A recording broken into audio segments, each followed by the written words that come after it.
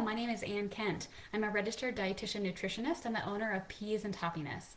Today's topic is one that is near and dear to my heart because it sort of encompasses all of the things that I'm passionate about both agriculture, sustainability, and nutrition. So we are talking about the Flexitarian diet. We'll go over a definition, we'll talk a little bit about what flexitarians eat, some of the health benefits, and also some of the environmental benefits of this diet, and then I'll share some resources to get started if this is something that you think might interest you. So a flexitarian diet is flexible. It is also called a semi-vegetarian diet, and it's basically a vegetarian diet that also includes some animal protein, including some animal meats. And it's named such because it gives you the flexibility to not be married to one thing. You're neither all in on the vegetarian, nor are you eating a true omnivore diet with lots of food, but it helps you to eat a little bit lower on the food chain, which can have both health benefits and also environmental benefits. So what do flexitarians eat? They do eat some meat, so it's common to include meat maybe once or twice a week in the diet, but the primary protein sources come from plant-based options, including legumes like lentils, black beans, chickpeas. It also includes things like tofu.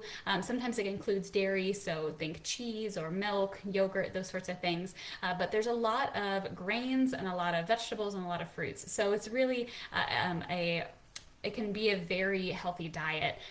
Of course, just like anything else, there's junk food that can be included on this, but primarily we're talking about the ratio of how many animal proteins you're eating compared to how many plant-based proteins, and trying to shift that towards more plant-based options. Some of the reasons that people choose to move towards a flexitarian diet are health related. There's numerous studies showing that the more plants we eat in our diet, the more health benefits we obtain. And this comes from anything from reducing risk of heart disease to reducing risk of cancer.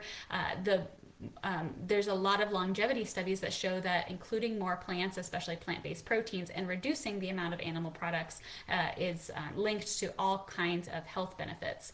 However, it's not necessary that we go all the way to a vegan lifestyle in order to gain those health benefits.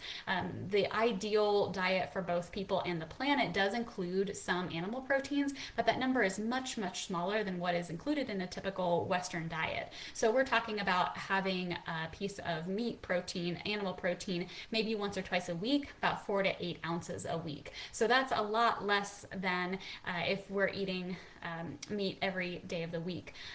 But again, it can be difficult to transition to from this kind of normal standard diet, Western diet, to something that's completely animal product free. So flexitarian offers a middle ground for that and offers you a lot of health benefits.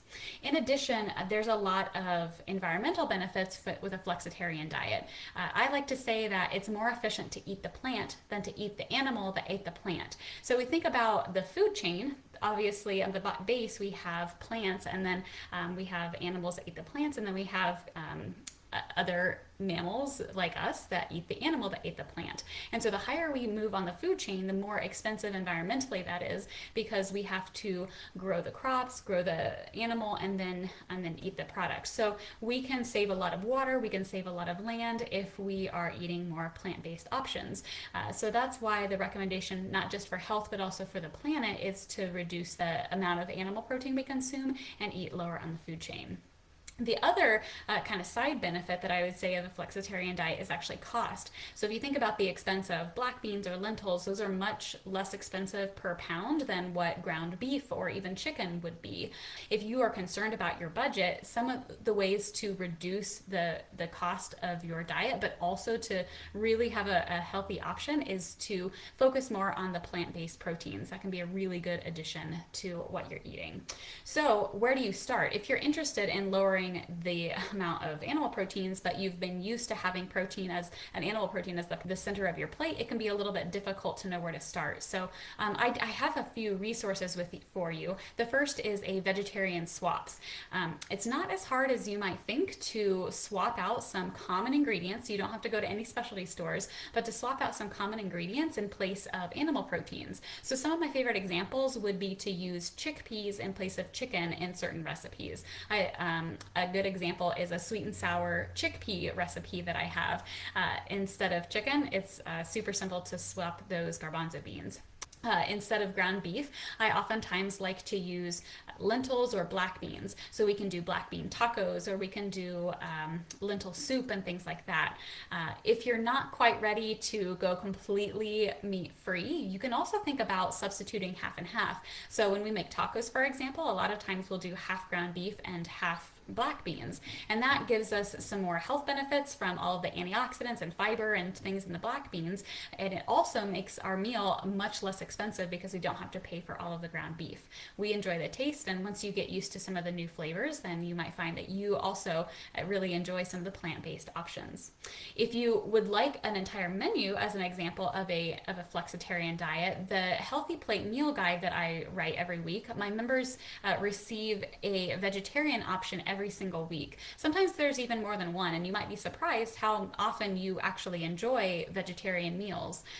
But if you are looking to reduce your intake of animal protein and would like some guidance with that, I've designed that Healthy Plate Meal Guide for people who are used to eating meat. So a common concern that I have from omnivores is that they're not going to like tofu, or they're not going to like vegetarian fare. And I will say that that the flavors are different. If you are used to eating meat, there's a lot of savory umami flavors that you are used to. And so switching to more plant-based foods can be a little bit challenging because we have to replace and replicate some of those flavors. So that's what I do in the recipes that I provide on the meal guides, because it's important to me that if you eat meat, we eat meat in our house, that the flavors of the vegetarian meals taste really good. So my message to you, as always, is to focus on being better instead of trying to be perfect.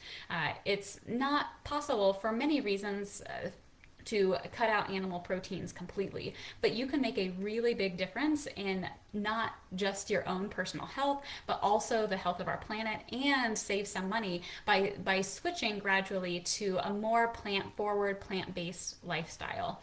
I am curious if any of you have tried some of vegetarian food, things that you've liked or disliked, found surprising, or things that you found difficult. I would love to have a conversation about how we can make this easier for you, because all of us doing our part to make small changes is a lot more effective than one single person cutting out products completely. So if you're interested in joining us on that journey, again, grab my guide for the 7 easy vegetarian substitutes. They're not all tofu, I promise, and they include a lot of really common things that you probably already have in your pantry, and that's a really good place to get started. But if you would like more specific recipes that are written for the palate of an omnivore, then I would consider checking out the Peas and Hoppy Meal Guide, the Healthy Plate option, for some more omnivore-friendly vegetarian recipes for you. If you have any other questions, feel free to drop a comment, but otherwise I look forward to catching you again next week, and I hope that I hear from you about some of the delicious vegetarian and plant-based recipes that you're trying. Take care, everybody.